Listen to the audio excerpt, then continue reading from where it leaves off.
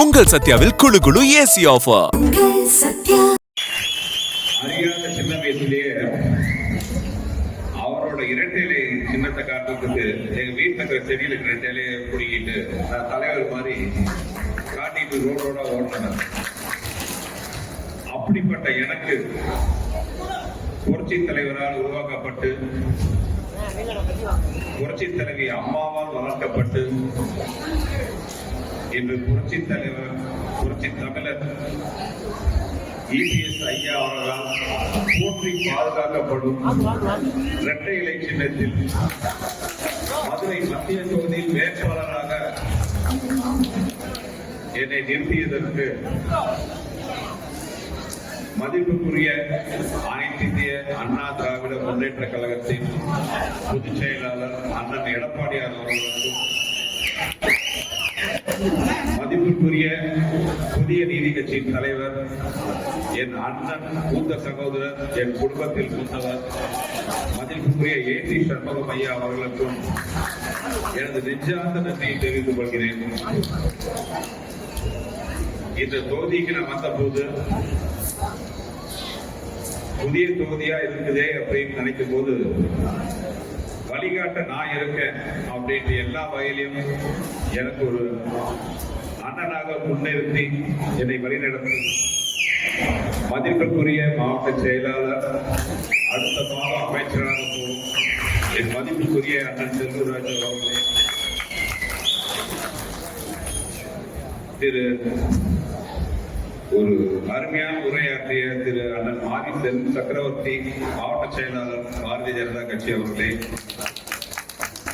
அமமுக கழகத்தின் மாவட்ட செயலாளர் ராஜலிங்கம் அவர்களே, தமிழ் மாநில காங்கிரசின் மாவட்ட தலைவர் ராஜாங்கம் அவர்களே, IJK கட்சியின் மாவட்ட செயலாளர் ராமகிருஷ்ணன் அவர்களே, IJK மாநில அமைப்பு துணை செயலாளர் முத்துராஜ் அவர்களே, பெருந்தலைவர் மக்கள் கட்சி மாநில தலைவர் என்ன தனபாலன் அவர்களே, பெருந்தலைவர் மக்கள் கட்சி மோகன் அவர்களே, இன்னைக்கு தான் பார்த்திருக்கேன். காலையில் நான் வரும்போது உள்ள நுழைய வழி இல்லாத அளவுக்கு அப்படி ஒரு கூட்டம் பார்க்கும்போது மனசுக்கு அவ்வளவு சந்தோஷமா இருந்துச்சு. அப்புறம் அந்த பேர் வந்து அண்ணன் செந்தில் பேர் அந்த இவ்வளவு பெரிய கூட்டத்தை பார்க்கும் போது மனசுக்கு அவ்வளவு சந்தோஷமா இருந்துச்சு. அப்ப என் மனசுல வந்து நினைவு என்னன்னா 1973 புரட்சி தலைவர் எம்ஜிஆர் அவர்கள் உலக சுற்றுவார்கள் படத்தை வந்து ரிலீஸ் பண்றாரு. அந்த படத்தை ரிலீஸ் பண்ண விடாம செய்யறதுக்காக அப்ப ஆளும் திமுக வந்து நிறைய முட்டுக்கட்டை போட்டாங்க. அதுல முக்கியமான ஒரு விஷயம், தியேட்டர் அதிபர்கள் எல்லாம் பயப்படுத்துறதுக்காக உலகம் சுற்றுப்பாலிமன் திரையிடும் தியேட்டர் எல்லாத்தையும் ஸ்கிரீனை எரிப்போம் கிழிப்போம் அப்படின்னு பயப்படுத்துறாங்க.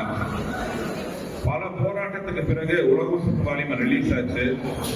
முதல் நாள் முதல் ஷோ ஸ்கிரீனுக்கு முன்னாடி அதிமுகவின் படை வீரர்கள் வேல் கம்போட நின்னாங்க.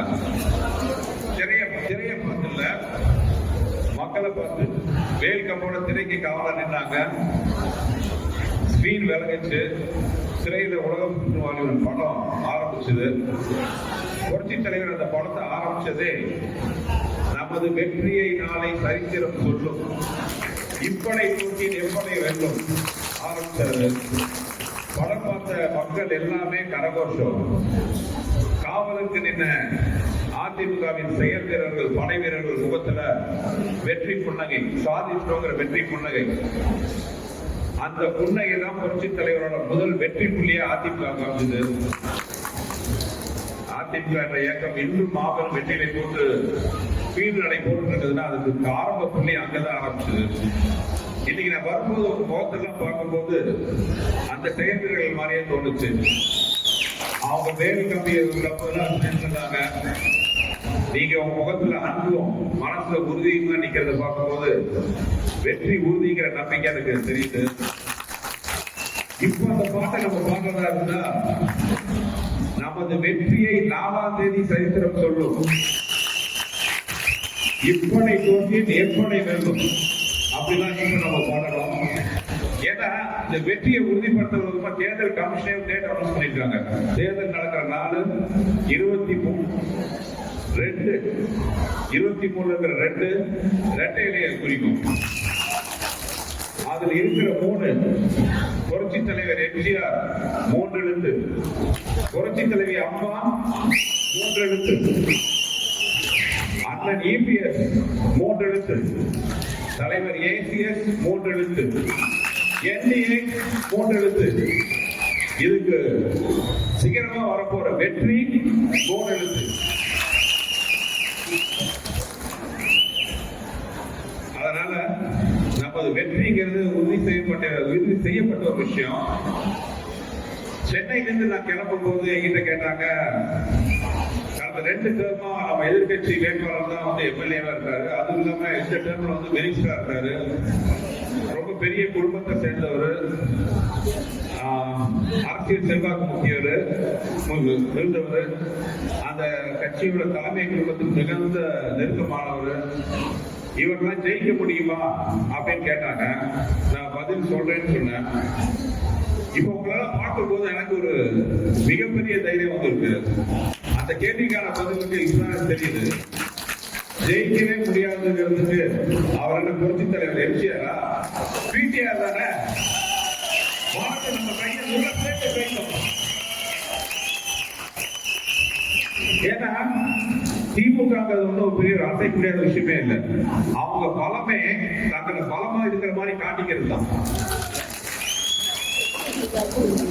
அப்படி அவங்க அவ்வளவு பலமா இருந்தா எதுக்கு 24 கட்சி கூட்டணி தேவை? ஒண்ணு சொல்றேன், கூட்டமா இருக்கிறதெல்லாம் கூட்டணி கிடையாது, கூடி இருக்கிறது தான் கூட்டணி. நம்ம கூட்டணி மாதிரி இது அன்பால சேர்ந்த கூட்டணி, பண்பால சேர்ந்த கூட்டணி, கொள்கையால சேர்ந்த கூட்டணி. அந்த கூட்டணியில பாத்தீங்கன்னா அவங்களுக்கே தெரியும், கூச்சல், குழப்பம், பிரச்சனை, வேட்பாளர்கள் மாத்திரத்தில் அத்தனை. என் பாஷையில் சொல்ல போனா பில்டிங் ஸ்ட்ராங், பேஸ்மெண்ட் வீக். எனக்கு வார்த்தையிலே சிரிப்பா இருக்குது. நேரக்காமே சுருக்கமா முடிச்சுக்கிறேன். முந்தா நாள் மதிப்புக்குரிய தமிழக முதல்வர் மதுரைக்கு வந்திருந்தாரு, பேசினாரு. அதுல வந்து மத்திய அரசு மதுரையை வச்சுட்டதா சொன்னாரு. இதை கேட்கும்போது சிரிப்பு தான் வந்துச்சு. உண்மை என்னன்னா நம்ம எல்லாத்துக்குமே தெரியும். 2015 ஸ்மார்ட் சிட்டிங்கிற ஒரு ஸ்கீம் வந்துச்சு. இந்தியாவின் தலை சேர்ந்த 100 நகரங்களை முன்னேற்றத்துக்காக மத்திய அரசால் கொண்டு வரப்பட்ட ஒரு ஸ்கீம். அந்த ஸ்கீம்ல மதுரையை இடம்பெற்றுச்சு. மதுரைக்கு ஸ்பெஷல் அந்தஸ்து கொடுத்திருந்தாங்க. ஹெரிடேஜ் டெவலப்மெண்ட் போர்டு தனியா ஒரு அந்தஸ்து கொடுத்தாங்க. அந்த நிதியில பெரும்பகுதி மத்திய அரசும் மாநில அரசும் குறிப்பிடத்தக்க நிதி கொடுத்தா ஸ்மார்ட் சிட்டி திட்டம். ஸ்மார்ட் சிட்டி திட்டம் உருவாச்சு. அப்போ இந்த அதிமுக எடப்பாடியார் தலைமையிலான ஆட்சியில, அம்மா தலைமையிலான ஆட்சியில மத்திய அரசோட இணைந்து அந்த ஸ்மார்ட் சிட்டி மூலமா உருவான திட்டங்கள் தான் இப்ப நம்ம முன்னாடி இருக்கிற பெரிய பஸ் நிலையம் ஆகட்டும், வைகையாரை சுத்தி இருக்கிற தடுப்பு சோர்கள் ஆகட்டும், மீனாட்சி அம்மன் கோயிலை சுத்தி இருக்கிற நடைபாதைகள் ஆகட்டும், சோலார் லைட் ஆகட்டும், மல்டி லெவல் கார் பார்க்கிங் ஆகட்டும். இப்ப இவங்க தாங்க திறந்து வச்சுதான் ஒரு பேரை போட்டு திறந்து வைக்கிறாங்க பாலங்கள். அந்த திட்டம் அப்ப போடப்பட்டதுதான். இந்த மாதிரி மதுரைக்கு எத்தனையோ திட்டம் வந்துச்சு. வர வேண்டியிருக்க போதுதான் எதிர்பாராத திமுக ஆட்சி வந்துச்சு. இந்த 5 வருஷமா ஒரு புள்ள கூட அனுப்பல. தேவையில்லாம அரசியல் ஆதாயத்துக்காக மத்திய அரசு கூட சண்டை போட்டு வரக்கூடிய நிதி எல்லாம் கெடுத்து இப்போ ஒரு தங்க நகரமா, கோபுர நகரமா விளங்கின மதுரையை வந்து ஒரு குப்ப நகரமா மாத்திட்டு இருக்காங்க. இதுதான் வந்து இவங்க ஆட்சி செய்யற லட்சணம். இப்ப சொல்லுங்க, மதுரையை வஞ்சித்தது மத்திய அரசா இல்ல இங்க ஆண்டு இருக்கிற மாநில அரசா? எல்லா இடத்துலயும் ஊழல், லஞ்சம். மதுரையை சுத்தி பார்க்கும்போது அப்படியே ரத்த கண்ணீர் வருது. எங்க பார்த்தாலும் ரோடு கொண்டு குளிமா இருக்கு, அதுல சாக்கடை ஓடுது, ஒதுங்க கழிப்பிடம் கிடையாது. மதுரையில வைகை ஆத்த, ஜெய்மநாட்டில் வைகை ஆத்த ஒரு சாக்கடை நதியா மாத்திட்டு இருக்காங்க. கார்பரேஷன் ஊழல் பாத்தீங்கன்னா அடேங்கப்பா 200 கோடிங்கிறாங்க. ஆனா ஒரு விஷயம் மட்டும் நான் ஒத்துக்க மாட்டேன், திமுக 200 கோடிக்கு ஊழல் பண்ணாங்கிறத நான் ஒத்துக்கவே முடியல. ஏன்னா அவங்க 200 கோடி ஊழல் பண்றவங்கள சின்ன லெவல்ல பண்ண மாட்டாங்க, இது ஆயிரக்கணக்கான கோடி. நம்மளுக்கு வெளியில தெரிஞ்சிருக்கிறது இங்கிலீஷ்ல சொல்லுவாங்க டிப் ஆஃப் தி ஐஸ்பர்க். நமக்கு வெளியில தெரிஞ்சிருக்கிற அளவு பாத்தீங்கன்னா ஒரு 200 கோடி, பின்னாடி எவ்வளவோ இவங்க கொள்ளையடிச்சது. எந்த திட்டத்தையும் உண்மையா நடத்த விடாம எல்லாத்தையும் அரைகுறையா நிறுத்தி. ஒரு பழைய செய்தி ஒண்ணு, ஒரு பெரிய ரோட்ல போயிட்டு இருக்கும்போது 2 பேரை பார்த்தாங்க. ஒருத்தன் 3 அடிக்கு கேப் விட்டு குழிய நோண்டிட்டு இருக்கான், அவனுக்கு பின்னாடி வரவன் அந்த வெட்ட குழிய மூடிட்டு இருக்கான். பெரியவருக்கு ஒண்ணும் புரியல, என்னப்பா அவன் குழிய வெட்டுறான், நீ பின்னாடி போய் மூடிட்டு இருக்க, என்ன விஷயம்? ஐயா இது அரசாங்க வேலை நடந்துட்டு இருக்கீங்க, ஒரு டெண்டர் ஒர்க் போயிட்டு இருக்கு, டெண்டர் ஒர்க் புரியலையே, என்ன விஷயம்?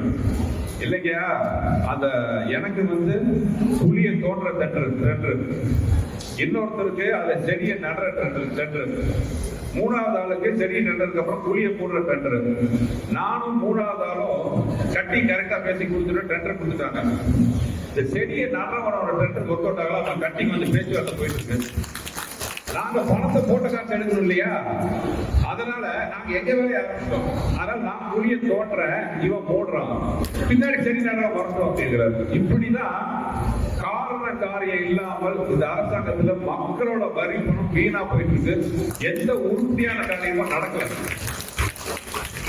இது எல்லாமே பாத்தீங்கன்னா நம்ம மதுரை மத்திய தொகுதி மக்கள் விழித்துக் கொள்ள வேண்டிய நேரம் வந்துருச்சு. இரட்டை இலை மலர வேண்டிய நேரம் இப்ப இவங்க மேல எத்தனை தவறுகளையும் தப்புகளையும் வச்சுக்கிட்டு என்ன பார்த்து சொல்றாங்க, இவன் வெளியூர்ல இருந்து வந்தவன், வெளியூர்ல இருந்து வந்தவன். எனக்கு அதை கேட்கும் போது சிரிப்பா தான் இருக்கு. உள்ளூர்ல இருந்து இவங்க என்ன சாதிச்சாங்க? 5 வருஷம் நான் மதுரை வந்ததிலிருந்து எத்தனையோ பொதுமக்களை பாக்குறேன், எத்தனையோ வியாபார புள்ளிகளை பாக்குறேன், பெரிய மனிதர்களை பாக்குறேன், சராசரி மனிதர்களை பாக்குறேன், டீ கடையில மனிதர்களை சந்திக்கிறேன். எல்லாரும் சொல்றது இந்த 5 வருஷமா இந்த தொகுதி எம்எல்ஏவை பார்த்ததே இல்லை.